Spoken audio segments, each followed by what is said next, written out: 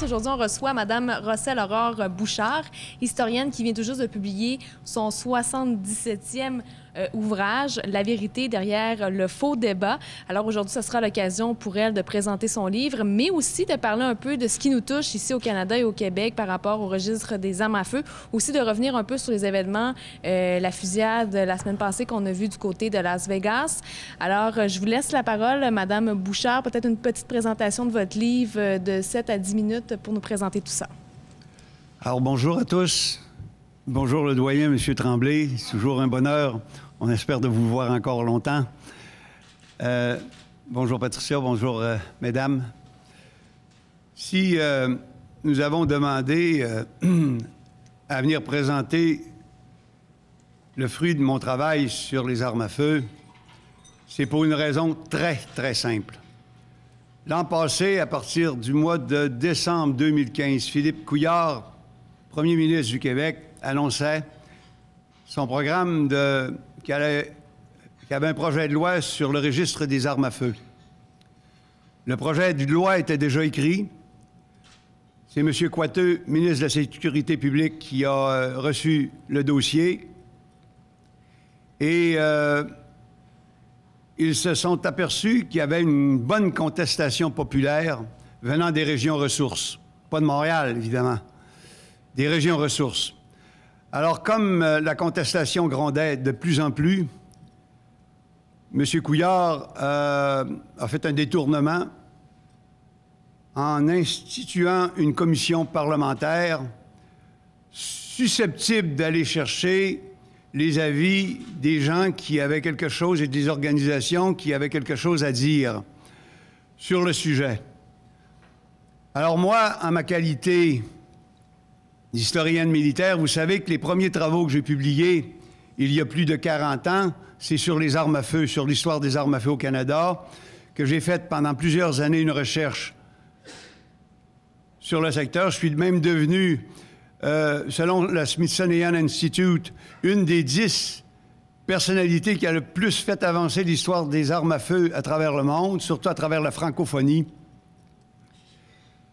J'ai été 25 ans armurier dans une autre vie, collectionneuse encore, tireuse sportive, chasseuse.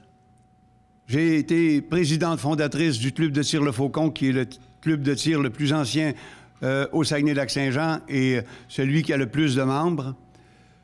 Je pense qu'en vertu de tout ce que c'est que je connais sur le sujet, que j'avais droit au chapitre, que si la commission parlementaire instituée par M. Couillard était véritablement honnête et avait véritablement souci d'apprendre et de se faire enseigner ce qu'il devait comprendre, ce qu'il ne comprenait pas.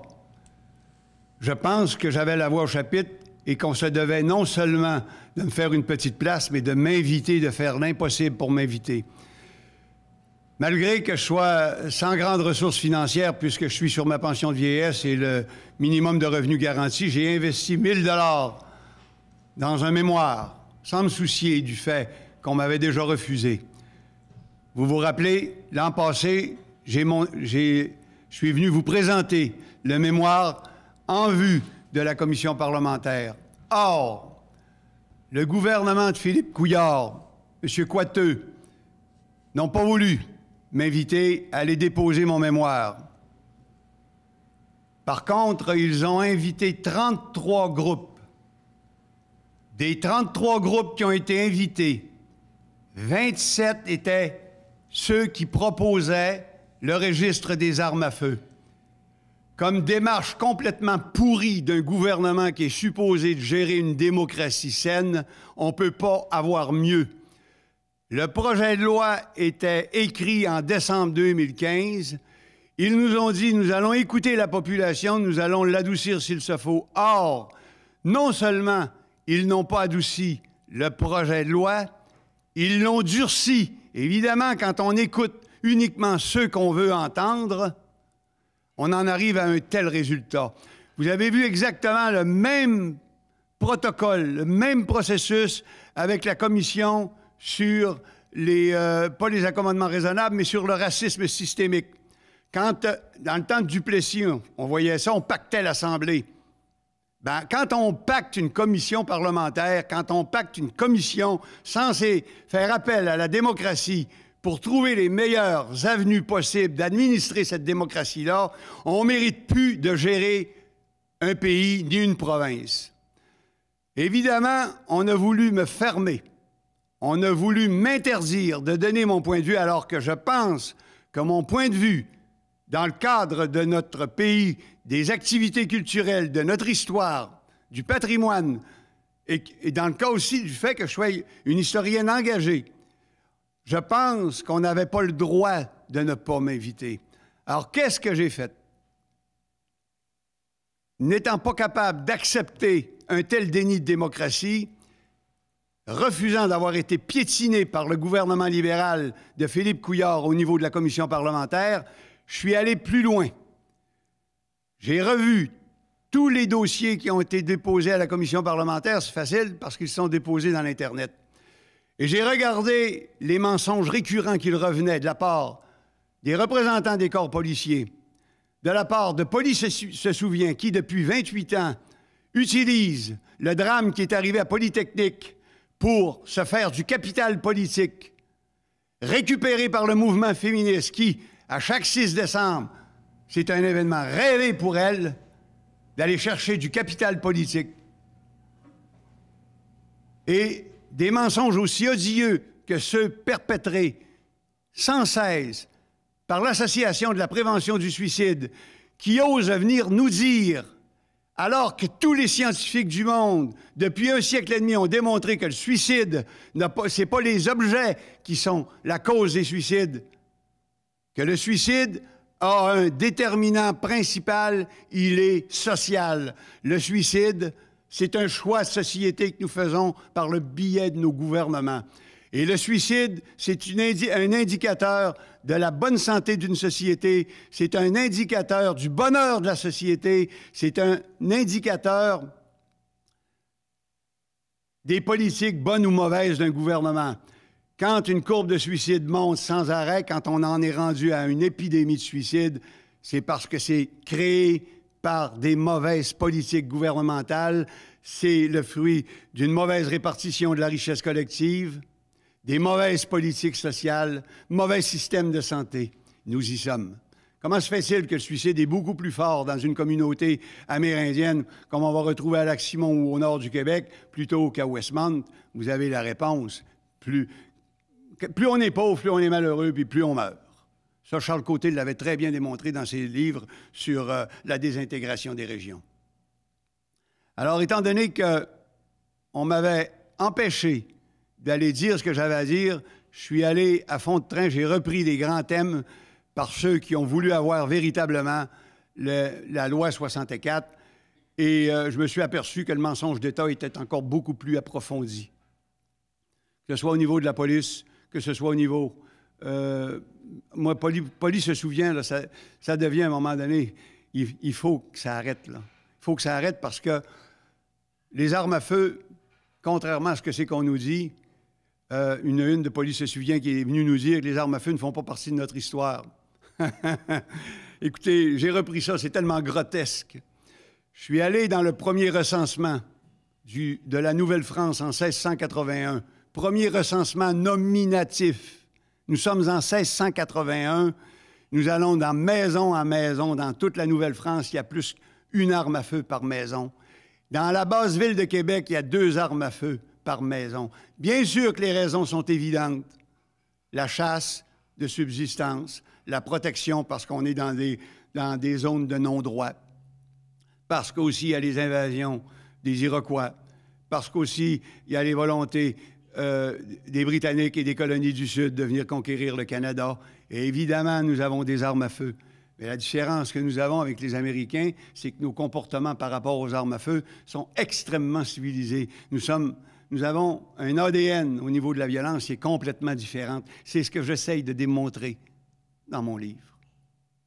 Alors, j'ai publié le livre, et encore là, c'est à compte d'auteur.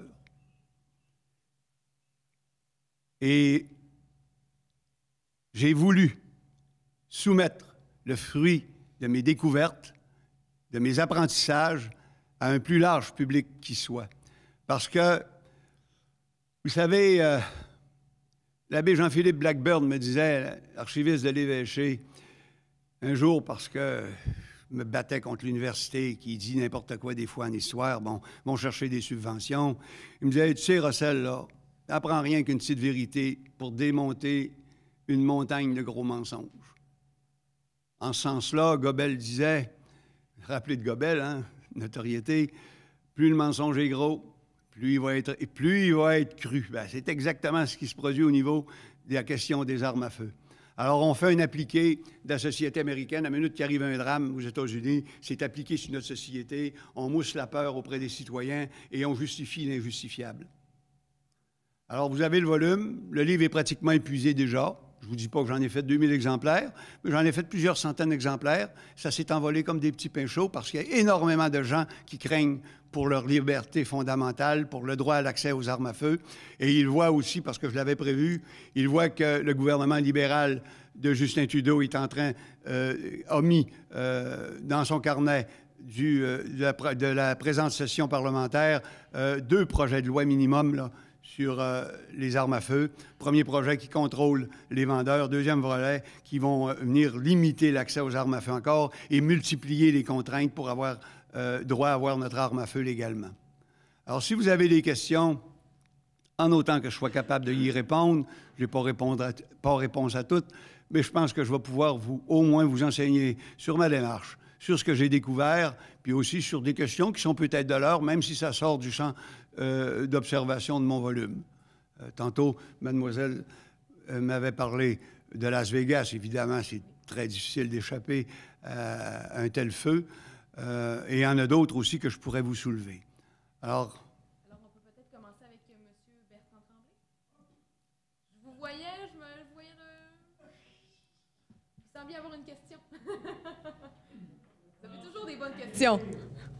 Vous m'avez dit que ce livre serait le dernier.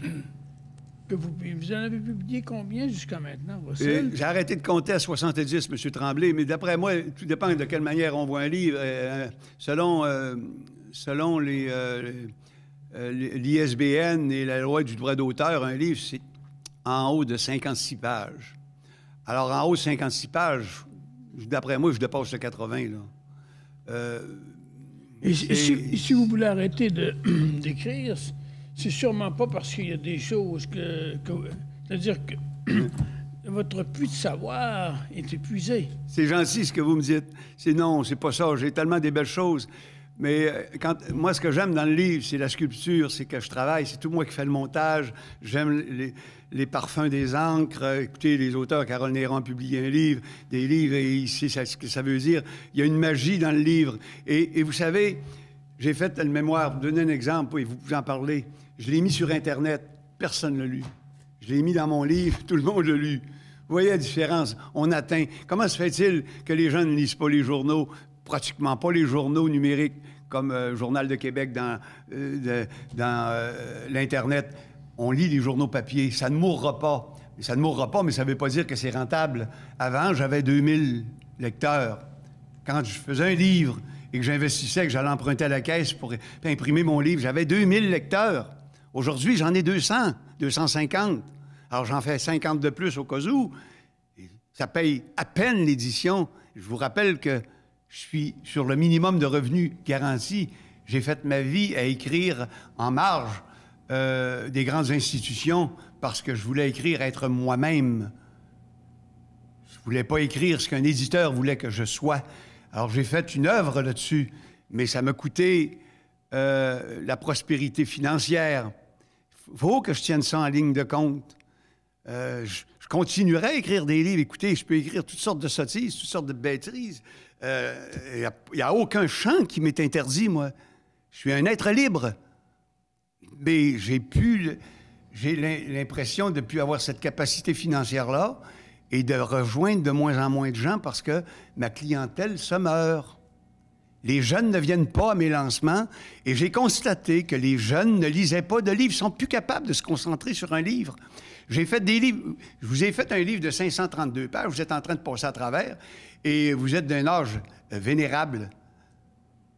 Un jeune à 532 pages, il est incapable. Ça prend un livre. Là, présentement, je suis capable d'atteindre un maximum de lecteurs avec un livre de 130 pages. En haut de 130 pages, je viens de perdre un nombre, pourcentage de mon lectorat. Alors, c'est mes derniers livres, à moins qu'ils se produisent quelque chose. Écoutez, puis je vieillis, j'ai 69 ans, moi, là.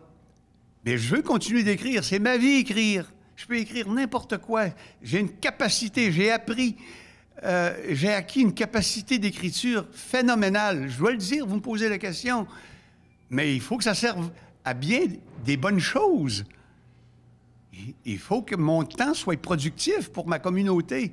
Alors moi, quand j'écris pas rien que pour moi. J'écris pour communiquer quelque chose. Mais s'il n'y a plus personne de l'autre bout qui écoute, c'est ça qu'il faut que je me dise. Alors là, il y a des fois, et ça, j'ai jamais fait ça de ma vie, je me lève le matin, des fois, je me dis, ouf, j'ai une heure de libre aujourd'hui, c'est que je vais faire avec cette heure-là. Me tourne les pouces. C'est pas moi, là. Chez nous, la TV, c'est interdit avant 3h30, 4h. Parce qu'on ne veut pas entendre ces sons-là dans la maison. Et il m'arrive des fois que j'écoute la météo à 2h de l'après-midi. C'était une tragédie. Je suis encore jeune pour écrire. J'ai encore toute ma tête. J'ai acquis tellement de connaissances, comme vous dites. Une facilité. Mais mon temps, il change. Vous savez ce qu'il y a d'extraordinaire? On est en dehors du sujet, là. Mais ce qu'il y a d'extraordinaire, c'est que notre génération, nous sommes témoins du passage de l'ancien temps au temps nouveau. Ça s'est fait une fois dans l'histoire de l'humanité. Nous avons tous, ceux de notre âge, en haut de 45 ans, en haut de 50 ans, connu l'époque du passeur de lait, du boulanger avec le cheval. Nous avons vu arriver des hommes sur la Lune. Nous avons vu partir Rebelle aller courir après les confins de notre univers. C'est inimaginable. Nous sommes les seuls témoins de l'ancien temps qui peut communiquer un savoir au temps nouveau.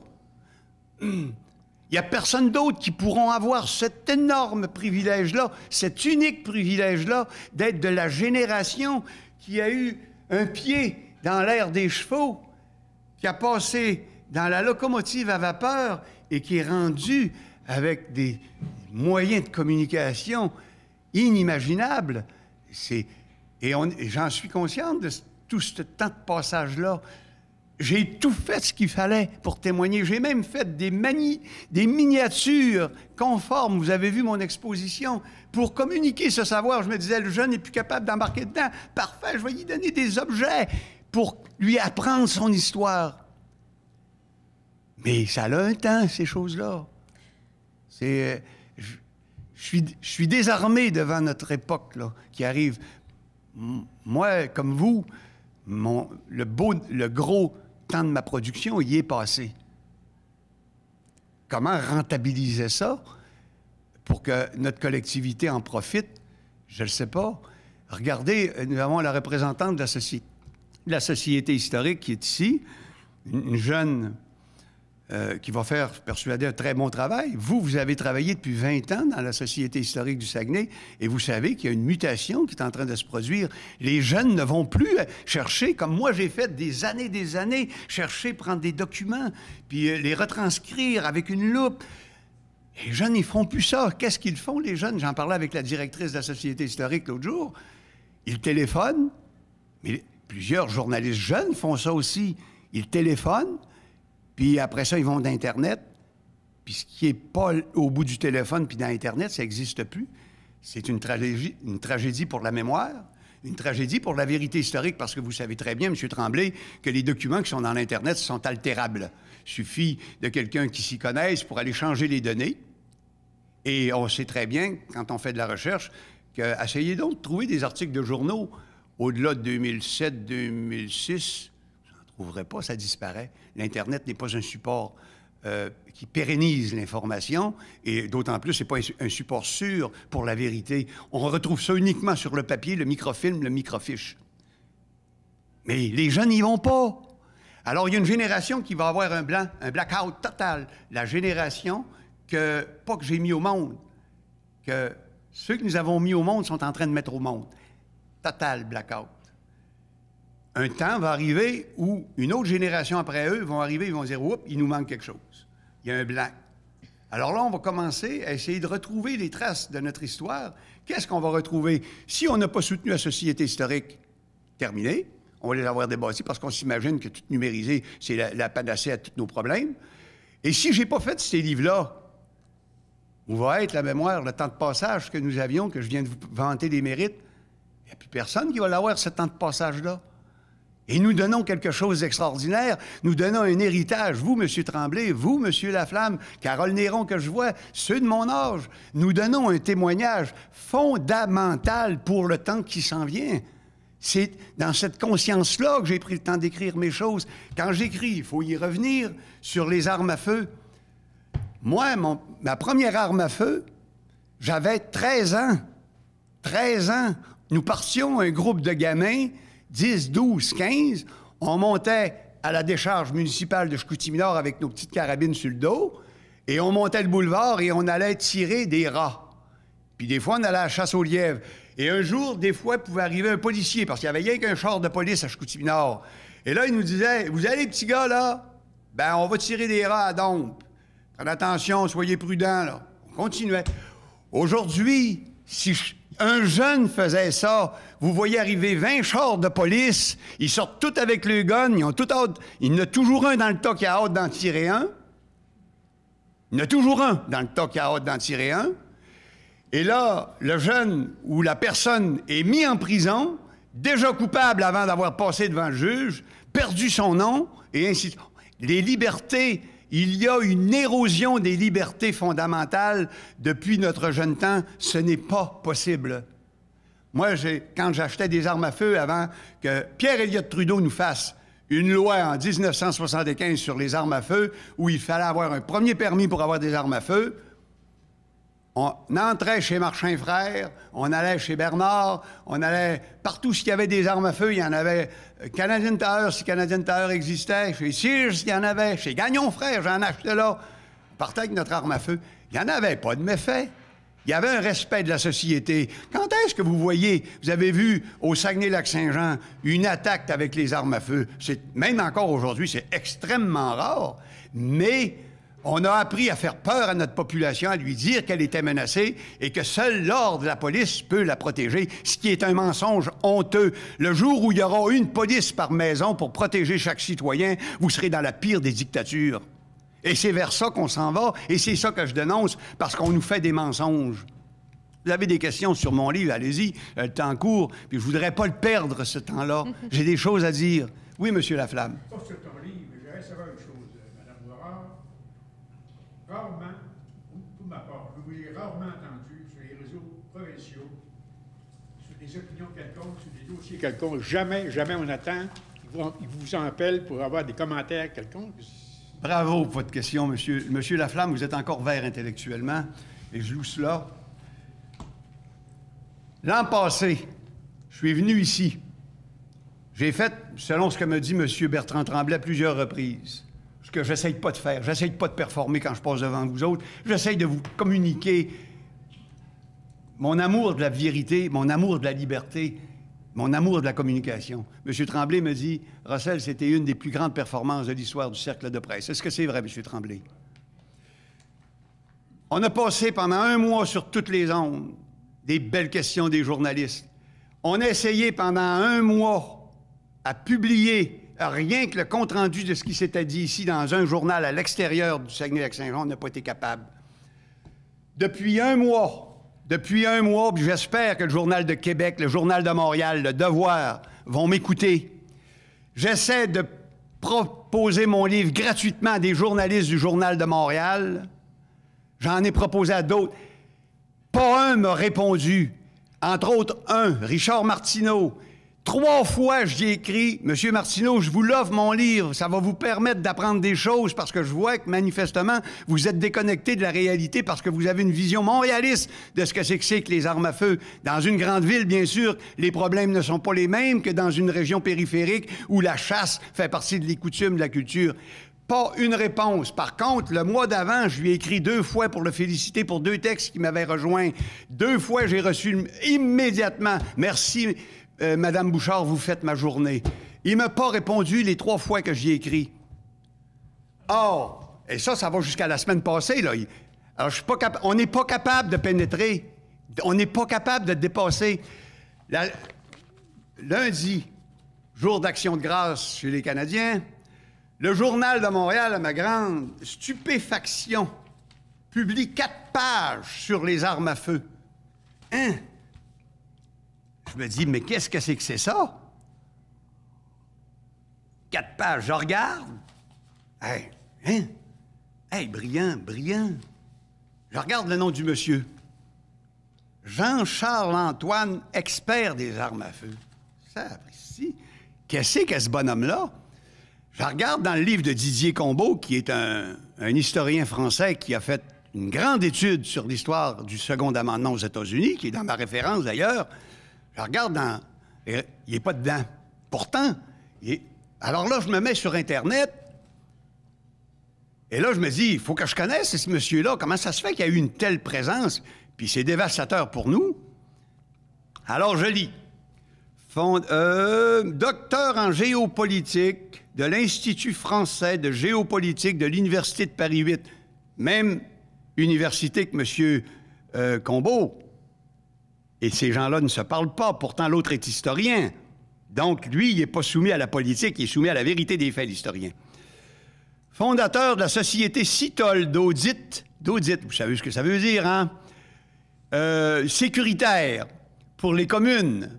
Donc, c'est lui qui crée le discours de la police pour ramasser les armes à feu en France. Et de la société Arcasise. Il est spécialisé sur le thème du trafic mondial d'armes à feu, le crime organisé et la sécurité publique. Ses recherches actuelles portent sur l'adaptation de la méthode géopolitique aux missions de sécurité publique et les liens entre le géopolitique et la haute finance. Sapristi, si vous ne pensez pas que vous n'êtes pas embarqué, là, la mondialisation est en arrière de ça. Vous savez pourquoi? Ils ont compris qu'avec l'appauvrissement des populations à travers le monde et la concentration de plus en plus grosse aux mains de quelques individus et firmes, ils ont compris que la violence, qui était créée justement parce que c'est un fait social comme le suicide, que la violence dans les périphéries, j'ai bien lu, par rapport aux grands centres, va devenir de plus en plus grosse. Donc, c'est aux grands centres comme Montréal de faire en sorte d'imposer des lois pour ramasser les armes à feu à travers les régions ressources en Afrique, en Australie, au Canada, aux États-Unis et en Amérique du Sud, partout. C'est ce discours-là qui est à Lausanne quand le G8 se réunit. C'est ces messieurs-là qui sont partout invités quand un drame comme celui de Las Vegas se fait. C'est ce monsieur-là et ses collègues qui sont derrière le traité signé par le jeune Trudeau l'année passée sur la question du désarmement des sociétés civiles. C'est infect. Et le journal, comment se fait-il que ce monsieur-là a eu 4 pages dans une journée d'un journal? Non. Écoutez, là, je vais prendre attention à mes mots parce que quand on veut neutraliser une personne comme moi, on dit, hop, il y a le syndrome du, comment est-ce qu'ils appellent ça, du complot. C'est comme quand quelqu'un qui veut parler contre l'immigration excessive comme on a, débordante, ils vont dire qu'il est raciste. Bien, quand quelqu'un parle comme moi de la mondialisation, immédiatement, hop, ça c'est le syndrome du complot. La théorie du complot. Oui. Merci, Carole. Non, mais vous voyez bien qu'il y a quelque chose qui ne marche pas. Ils ont fait 4 pages. Carole, tu as été longtemps dans le journal. Donner 4 pages à un sujet, c'est quelque chose, là. Il y a quelqu'un qui l'a commandé. C'est ce monsieur-là qui meuble le discours de M. Coiteux, de la sécurité civile. Dans le fond, c'est l'antichambre de la Sûreté du Québec qui a réussi maintenant à proposer des lois au Parlement de Québec. Donc, vous n'avez plus de séparation entre le pouvoir législatif et le pouvoir judiciaire. La démocratie au Québec, ça n'existe plus. C'est une dictature élective. À tous les 4 ans, nous choisissons le dictateur. Les seuls moments où nous avons une entracte, c'est quand on a réussi, et là, c'est par défaut, à mettre un gouvernement minoritaire quel qu'il soit. Dans la question des armes à feu, quand on dit que tous les partis, sauf la CAQ, parce qu'on a négocié avec eux autres qui allaient laisser libre cours, tous les partis ont enlevé le droit de représenter leurs électeurs dans la loi 64. Ils ont été tenus à la ligne de parti sur un projet de loi de cette nature-là. Alors, on s'est ramassé avec un projet de loi qui a passé en catimini, plus dur qu'il aurait dû l'être, qui est malhonnête. Les politiciens qui ont créé ce projet de loi-là sont malhonnêtes intellectuellement. Ils font le jeu de la police, puis pas de la petite police, de ceux qui dirigent la police. On va passer à la prochaine question. Madame Patricia Rainville du Quotidien. Des armes à feu. Bon, moi, j'ai jamais tenu une arme, j'ai jamais chassé, quoi que ce soit. Puis, les gens ont un peu de misère à comprendre qu'est-ce que ça dérange vraiment, le registre des armes à feu. Vous parliez tantôt de liberté fondamentale. En quoi ça consiste? C'est quoi les contraintes, vraiment? La question que vous me posez est à peu près la même que je pourrais vous... Ça a l'air d'une boutade, mais ça n'en est pas. Comment peut-on expliquer qu'une femme va avoir un walking avec 150 paires de talons hauts? Vous n'êtes pas capable de me l'expliquer. Mais moi, je peux vous expliquer, donner des liens qui vont vous permettre de comprendre un peu. Les armes à feu, là, au Japon, en 1686, ils ont fait une loi pour interdire toutes les armes à feu au Japon. Le peuple n'a pas le droit d'avoir d'armes à feu. Et la dernière constitution du Japon, celle qui est en cours, ils n'ont même pas le droit d'avoir un sabre. En 1686, la même année, le gouvernement colonial de la Nouvelle-France faisait une loi qui obligeait chaque citoyen à avoir une arme à feu, à se déplacer avec, à avoir assez de munitions pour se défendre et pour faire la chasse. Il l'obligeait. Vous avez deux comportements complètement différents. Quand on fait des lois, et Montesquieu l'explique très bien dans son protocole sur les lois, il faut tenir compte de l'histoire, de la culture, des fibres, de l'ADN d'une société. Or, quand Philippe Couillard est venu nous dire « Moi, j'ai 2 fusils, puis je vais les enregistrer », c'est exactement la question qu'il a posée au mois de janvier. Il était à New York à l'époque. Je ne vois pas ce que c'est que ça les dérange. J'ai essayé d'y expliquer, j'ai envoyé une lettre dans mon mémoire, mais voilà ce qui se passe. Chez nous, là, dans les régions ressources, l'arme à feu est intimement liée à notre sentiment de liberté. Ça fait partie de notre ADN. C'est indissociable. Et nous savons pertinemment, à chaque fois que vous nous faites une loi qui limite notre droit d'accès, vous faites une entrave à nos libertés fondamentales. C'est intrinsèque, c'est inscrit dans notre registre ADN. Il n'a pas compris ça. D'ailleurs, Philippe Couillard, comme flair politique, on repassera, hein? Pas fort. Pas fort. J'ai vu du monde plus que ça. Bon médecin, peut-être bon pour jouer dans la tête, là, d'un individu, mais il ne sait même pas c'est quoi une société. Il n'est pas capable de voir comment se sent une société.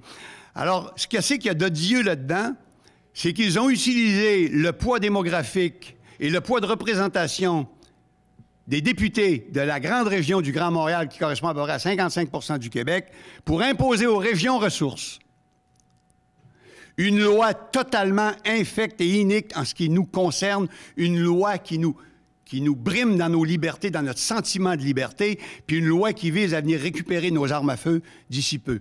Qu'est-ce que cela, ça nous indique? Ça nous indique, encore une fois, que c'est Montréal qui soumet le reste du Québec.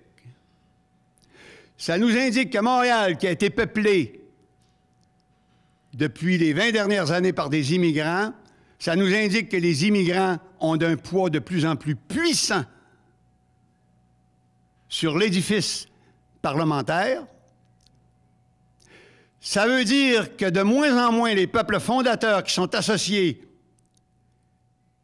à un principe de liberté fondamentale, parce que l'arme à feu, ça fait partie de nos libertés fondamentales, ça nous indique que nous avons de moins en moins de capacité de nous opposer aux volontés de Montréal et au peuple des immigrants, parce que Montréal, c'est le peuple des immigrants.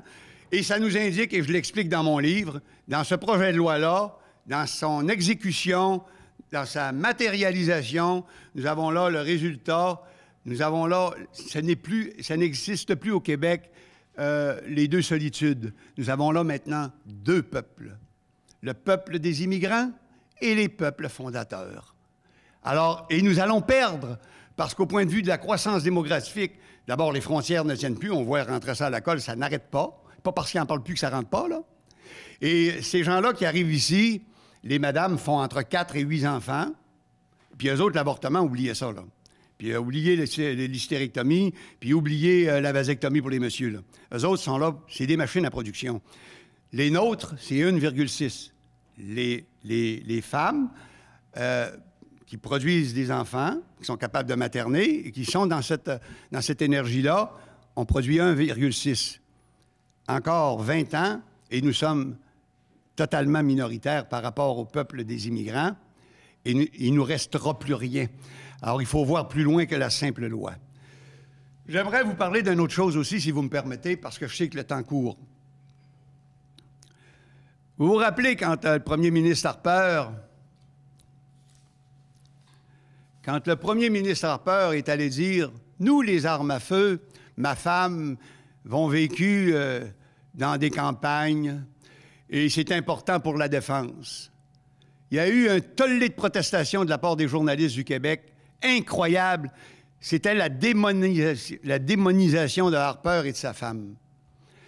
Au Québec et au Canada, depuis 1995, ça c'est quand Jean Chrétien, après avoir essayé d'étrangler monsieur...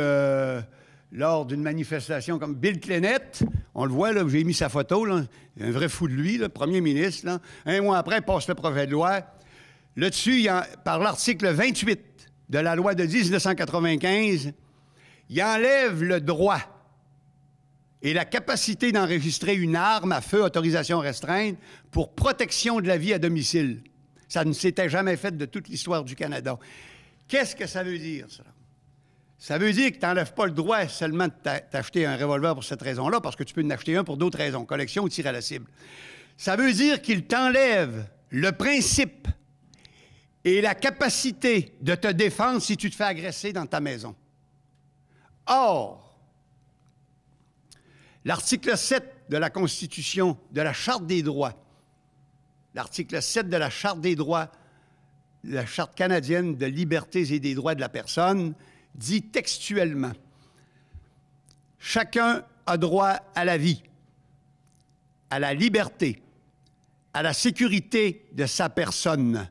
Il ne peut être porté atteinte à ce droit qu'en conformité avec le principe de justice fondamentale. Le droit de défendre sa vie est un droit inné, inattaquable, à un point tellement inattaquable dans les dictatures les plus rustres, on l'enlève. On va tuer plus tôt. Mais quand on enlève ça dans un pays comme le nôtre, c'est pas possible parce que le premier droit que tu as quand tu viens au monde, c'est de prendre ton respire. Puis le deuxième droit que tu as, c'est de le garder le plus longtemps possible. Ça, c'est inaltérable. Or, Jean Chrétien, dans son article 28 de la loi de 1995, nous a enlevé cette capacité-là. Cet article-là est anticonstitutionnel parce que c'est le principe qu'il attaque. Ça veut dire que quand quelqu'un se défend, sort son fusil, il y a eu à Montréal dernièrement un jeune homme en chaise roulante. Il s'est fait attaquer à domicile par 2 ou 3 personnes. Il a sorti son fusil, il l'a remontré. Ça a fait fuir les gens. Il a fait venir la police. Il passe en cours pour avoir manipulé une arme dans un dessin dangereux. Il faut quand même arrêter, là. On n'a même plus le droit de se défendre à domicile. Quand le Fournier est venu nous dire, après que Harper ait fait sa déclaration, « Nous avons un bon système de protection publique. » Il y a un avocat qui s'en va dire une affaire de même, là. Faut vouloir fourrer le monde, hein? Parce que le public, c'est pas moi. Moi, là, le public, c'est qui, d'abord? Êtes-vous capable de le définir? Personne n'est capable de le définir. Le public, là, c'est un gros nowhere. Moi, là, quand je suis attaqué dans ma maison, là, c'est pas le public que je veux qu'il soit défendu, c'est moi. Il n'y a pas une police qui va être là avant le fait, pour prévenir le fait. Elle va venir après pour constater si je suis morte, si ma femme est morte, si mon fils est mort.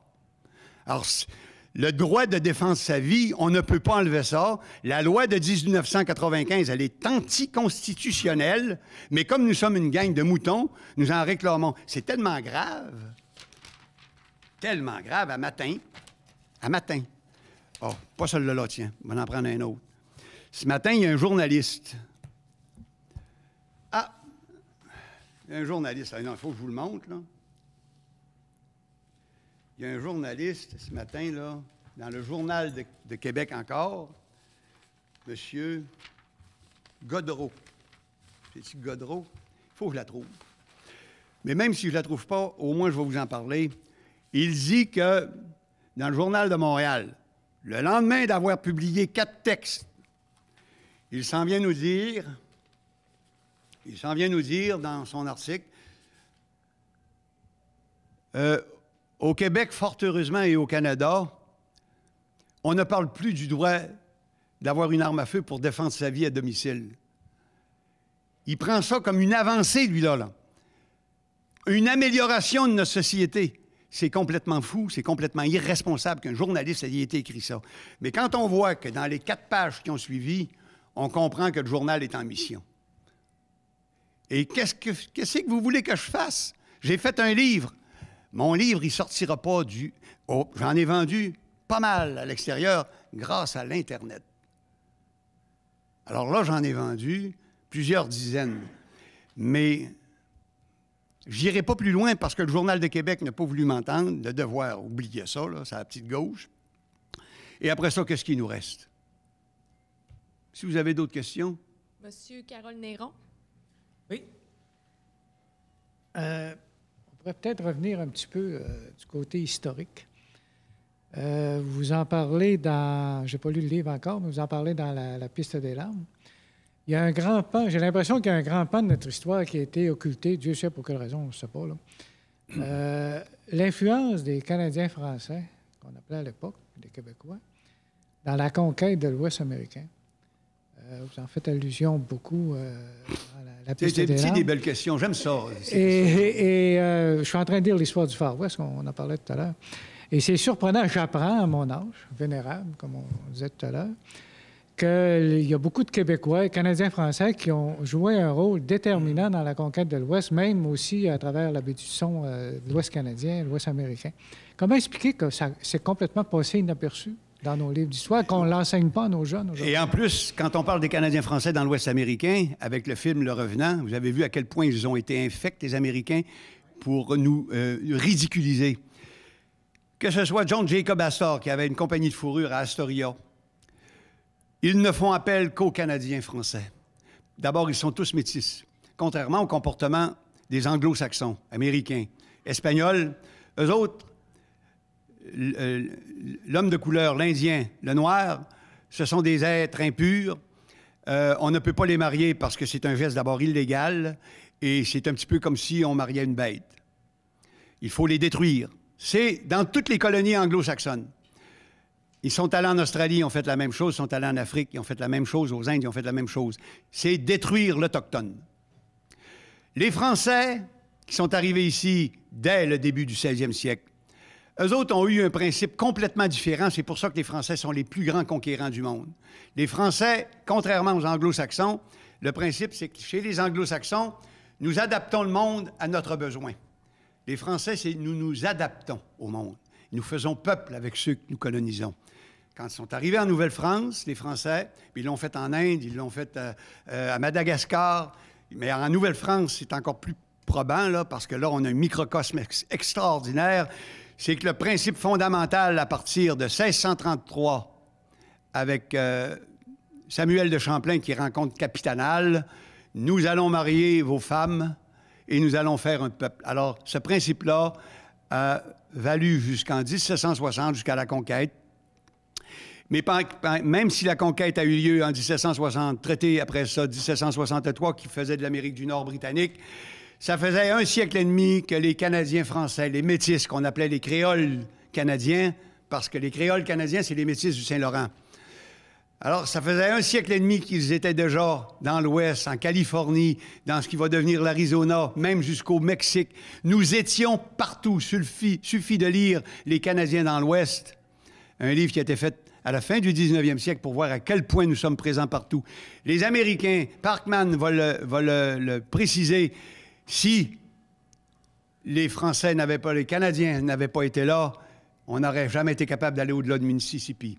Et ce qu'il faut comprendre, c'est que nous étions déjà là quand, en 1830, le président des États-Unis a fait un décret qu'on a appelé le Indian Removal Act. Removal Act, je prononce mal l'anglais, je suis canadienne-française. Bon. Ça, c'est un acte où on va déplacer, aller jusqu'en 1830, les Américains sont établis à l'est du Mississippi, jusqu'au Grand Lac. Même Chicago, en 1830, n'est pas encore Chicago, là. C'est encore un petit bled, même pas plus gros que Chicoutimi. Alors là, dans cet acte-là, on oblige tous les Indiens qui ont été pacifiés à l'est du Mississippi à aller jusqu'à la Floride, qui ont eu des terres, qui se sont mariés avec des Blanches. On les oblige maintenant à traverser le Mississippi et à aller avec les autres Indiens dans les territoires sauvages. En même temps, on voit arriver les afflux de l'immigration, les colons qui viennent d'Allemagne, d'Irlande, surtout d'Irlande, et du Canada français, bien, on ne peut pas l'imaginer à quel point il y en a. On estime qu'entre 50 et 60 000 Canadiens français ont pris part à la guerre civile des États-Unis. Du monde, ça, là. Et il y a même eu un acte pour protéger les Métis et les Canadiens français dans ce qui va devenir l'État de New York et un petit peu du Michigan, pour leur donner des territoires après la conquête anglaise parce qu'ils sont anti-royalistes et qu'ils ont aidé à la Révolution américaine. C'est pour dire que nous sommes partout. Et quand le pacte pour permettre à Chicago, ce qui va devenir Chicago, les Indiens qui sont là, les Potawatomis et ainsi de suite, déplacés à l'aide de l'Indian Removal Act, on est obligé de négocier avec plus de 100 Canadiens français et Métis canadiens français qui possèdent ces territoires-là pour faire un traité, pour les indemniser. Et nous sommes partout. Et si vous allez dans la piste des larmes que j'ai publiée il y a un mois et demi, vous allez voir qu'à un moment donné, quand Frémont, qui est un Canadien-Français, immigré aux États-Unis, qui va devenir un grand explorateur américain, qui va même devenir le premier gouverneur de l'État d'Arizona, quand ils s'en vont dans l'Ouest pour faire le tracé de la piste de l'Oregon, parce qu'il y en avait 3, piste de l'Oregon, la piste des Mormons, puis la piste de Santa Fe, qui était la piste des larmes. Alors, quand Frémont s'en va vers ce qui va devenir le fort Laramie, qui est un fort français, canadien-français, pour aller au-delà de ces territoires-là, il reçoit une lettre signée par 10 chefs indiens. Elle est en français. C'est nous, les États-Unis dans l'Ouest, c'est nous. Il faut en être fier, il ne faut pas perdre ça de vue. C'est pour cette raison-là que j'ai donné 12 ans sur ce livre-là. Et il y a toute une présentation de notre présence et une contestation. Et c'est pour ça que dans mon livre, Les pistes des larmes, je ne parle pas des Américains, parce que j'ai un chapitre qui s'intitule « L'Amérique avant les Américains », à partir de la proclamation de l'Amérique aux Américains d'Andrew Jackson. L'Amérique devient américaine, mais nous autres, on est des Américains aussi, là. Alors, qu'est-ce qu'on fait? Alors, quand on fait un livre comme je fais là, je dis, OK, parfait. Les Américains, pour moi, c'est des Yankees, parce qu'ils sont surtout établis au Nord, et des États-Uniens. Puis quand je parle des Canadiens français, je parle des Canadiens français. Puis quand je parle des Métis, je parle des Métis. J'arrête, ouais. Oui, allez-y. Pour revenir aux armes à feu, au Québec, il y a un problème, oui, entre la ville et la campagne. Là. On va résumer. Parlez plus fort, s'il vous plaît. Au Québec, on a un problème, les armes à feu, entre la ville et la campagne, pour être de domaine général. Là. Vous n'avez pas l'impression qu'on ne s'est jamais remis au Québec du massacre de Polytechnique. Et c'est certainement un sujet délicat, là, parce que il y a un lobby féministe très, très puissant. Le mouvement féministe, le Québec est une province castrée. Le système parlementaire est castré. Non, je n'ai pas peur de dire ça. Est-ce qu'un homme n'a pas le droit de parler contre les hommes? Est-ce qu'une femme n'a pas le droit de parler? Je ne parle pas contre les femmes. Je parle du mouvement féministe, qui est un mouvement politique, qui a une idéologie, puis une rhétorique, puis des dogmes. C'est de ça que je conteste. Vous vous rappelez, avant que je mette mes souliers à talons hauts, que je contestais le pouvoir des hommes et la dictature des hommes, hein? Vous en rappelez, hein? Je n'étais pas tendre. Pourquoi est-ce que je serais tendre quand le mouvement féministe débarque de ses pompes et en remet par-dessus, puis en plus véhicule des odieux mensonges? Écoutez, là, vous me posez une question. Lorsque le gouvernement a fait le projet de loi sur la loi 64, j'aimerais que mes propos ne soient pas déformés. Parce que c'est touché ce que je dis. Il y a un groupe qui est allé déposer un mémoire. 21 groupements féministes qui se sont appelés le G20, le G13. Le G13. Alors, le G13 a présenté un document, je mets le texte à l'intérieur, textuel. Il faut faire encore plus de lois pour, dans le fond, pour enlever les armes à feu, les contrôler, pour protéger les femmes et les enfants. Les femmes qui sont les protectrices naturelles des enfants. Vous ne trouvez pas ça odieux? Ce qui veut dire que la violence est masculine, la violence a un sexe, que ceux qui la subissent ont un sexe, et en plus, entre en ligne de compte, c'est que ceux qui subissent ces lois-là appartiennent à un peuple, qui est le peuple fondateur, les Canadiens français. C'est pas les Syriens qui s'en viennent chez nous qui demandent un permis pour avoir une arme à feu, là. C'est les Canadiens français, c'est les Métis, c'est les Indiens qui ont besoin de ça parce que ça fait partie de leur culture, ça fait partie des éléments de la... Or, les femmes qui sont allées écrire ça dans un mémoire qui a été reçu à l'Assemblée nationale, dans une commission parlementaire, pas un journaliste levé. Mais vous rendez-vous compte? Nous la réclamons, cette loi-là, puis encore plus, là, parce qu'il faut protéger les femmes et les enfants, mais les hommes ne sont pas là. Ça veut dire que c'est les hommes qui produisent la violence. Je vais vous en dire une, là, mais ne la déformez pas. Depuis 40 ans au Québec, il y a eu au Québec au-delà de 900 000 avortements. L'État encourage et le banalise.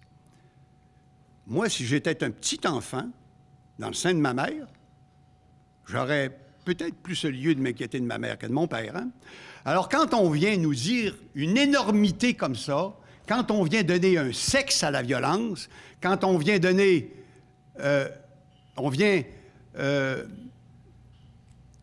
enlever des droits à une communauté culturelle, j'embarque plus.